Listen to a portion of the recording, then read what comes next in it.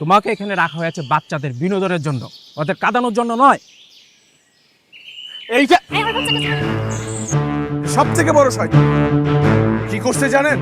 আমার লাথি মারছে। কোথায় লাথি মারছে জানেন? কোথায় লাথি মারছে? ও আমার বলো কোথায় লাথি মারছে? আমাদের বাচ্চাদের যে সে মারলো, এখন কি ব্যবস্থা নেবেন এর? আজকে, এখন, এই মুহূর্ত থেকে তোমার চাকরি নট। এই চাকরির যোগ্য তুমি না।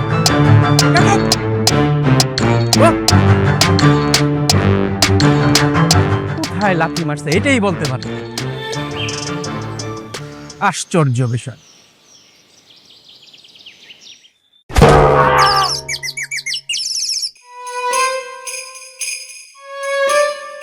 এইখানে লাথি মারছে, এখন বলতে পারতেছিলাম না।